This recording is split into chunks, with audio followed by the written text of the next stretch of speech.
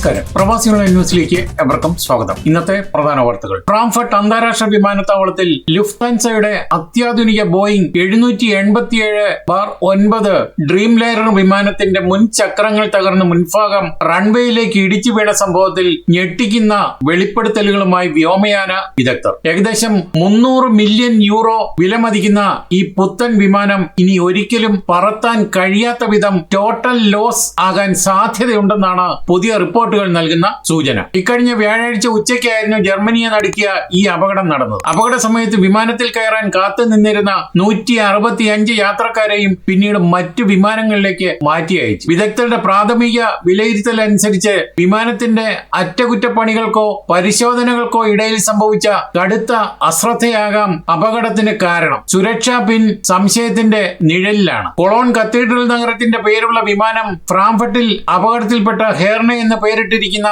ഈ ലുഫ്താൻസ വിമാനത്തിലും അപകട സമയത്ത് ലാൻഡിംഗ് ഗിയറിന്റെ വാതിലുകൾ തുറന്ന് ടെസ്റ്റിംഗ് നടക്കുകയായിരുന്നു എന്നാണ് ലുഫ്താൻസ ഉദ്യോഗസ്ഥർ സ്ഥിരീകരിക്കുന്നത്. അതിനാൽ ഇവിടെയും ജീവനക്കാർക്ക് പിൻ മാറിപ്പോയതാണോ എന്ന സംശയം ശക്തമാണ്. അതേസമയം ഹൈഡ്രോളിക് സംവിധാനത്തിന് തകരാറായെന്നും സംശയമുണ്ട്. എന്തായാലും വെറും 1000 മണിക്കൂർ മാത്രം പറന്നിട്ടുള്ള തികച്ചും പുതിയ വിമാനമാണിത്. കാർബൺ ഫൈബർ ഉപയോഗിച്ചാണ് ഈ വിമാനത്തിന്റെ ഉൾഭാഗം നിർമ്മിച്ചിരിക്കുന്നത്. റൺവേയിലേക്ക് ശക്തമായി ഇടിച്ചു വീണതിനെ തുടർന്ന് ഈ കാർബൺ ബോഡിയിൽ എവിടെയെങ്കിലും ചെറിയ വിള്ളലുകൾ വീണിട്ടുണ്ടെങ്കിൽ വിമാനം പിന്നീട് ഉപയോഗിക്കാൻ കഴിയില്ല. അങ്ങനെ വന്നാൽ ലുഫ്താൻസയ്ക്ക് ഇത് കോടികളുടെ അല്ലെങ്കിൽ വൻ സാമ്പത്തിക നഷ്ടമാണ് ഉണ്ടാക്കുന്നത്.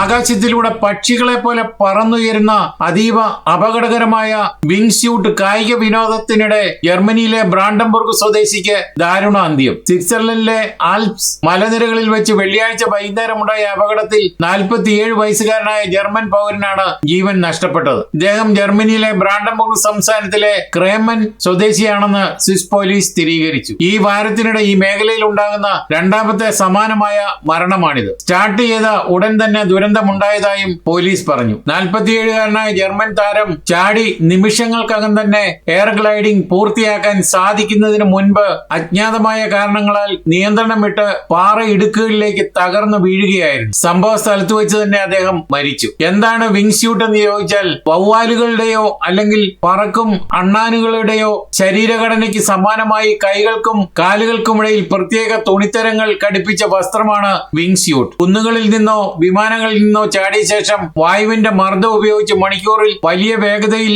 പറക്കാൻ ഇത് സഹായിക്കും. ലോകത്തിലെ ഏറ്റവും മാരകമായ എക്സ്ട്രീം സ്പോർട്സ് ഇനങ്ങളിൽ ഒന്നാണിത്.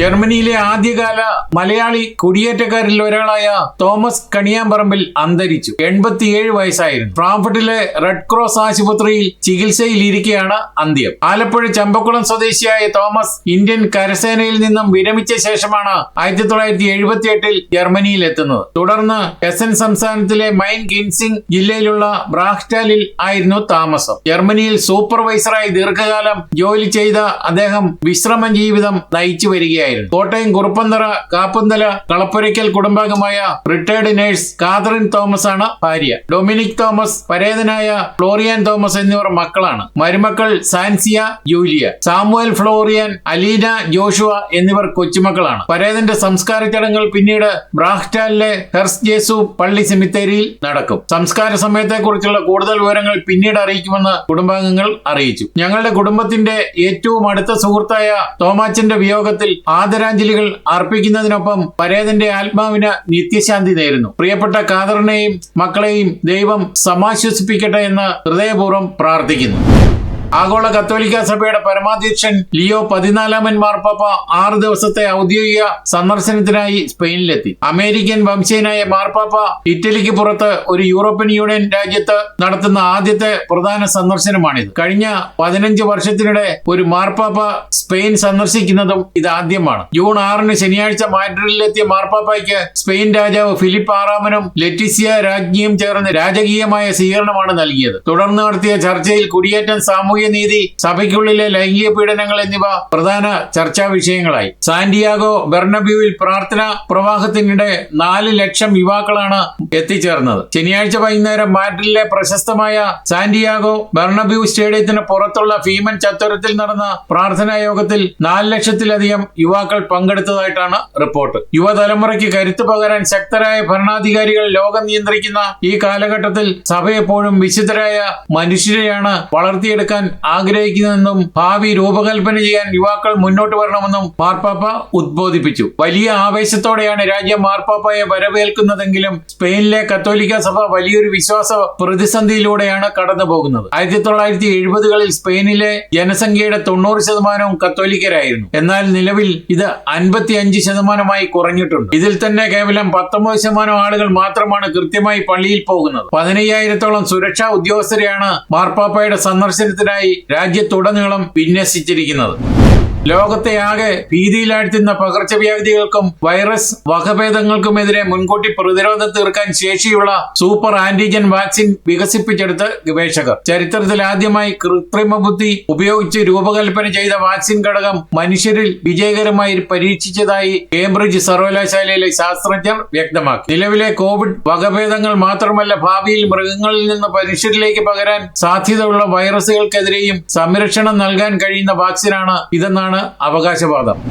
ചരിത്ര നേട്ടം കുറിച്ച് ഇന്ത്യയുടെ ചെസ് സൂപ്പർ താരം ആർ പ്രജ്ഞാനന്ദ 2026 നോർവേ ചെസ് ചാമ്പ്യൻഷിപ്പിൽ പ്രജ്ഞാനന്ദ ജേതാവായി. ഈ നേട്ടം സ്വന്തമാക്കുന്ന ആദ്യ ഇന്ത്യൻ താരമാണ് 20-കാരനായ പ്രജ്ഞാനന്ദ.